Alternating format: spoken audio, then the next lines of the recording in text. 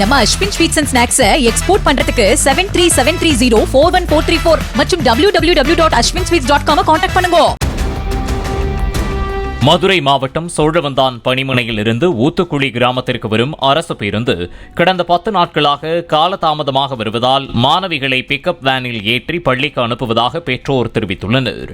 மேலும் காலதாமதமாக வரும் அரசு பேருந்தை சிறைபிடித்து பெற்றோர் மற்றும் பொதுமக்கள் போராட்டத்தில் ஈடுபட்டனர். 5 மணிக்கு டயத்துக்கு வரும், 5 மணிக்கு வரல. எங்க பிள்ளைங்களும் நாங்க நடந்துதான் வருது. ஒரு பஸ் வந்து ஆனா மாட்டுக்கான 26 கரெக்டா வருது. 54 வந்து எங்களுக்கு வரவே இல்லை. பிள்ளைங்களை வந்து எங்களுக்கு பயமா இருக்கு, பஸ் இல்லாம அனுப்புறது.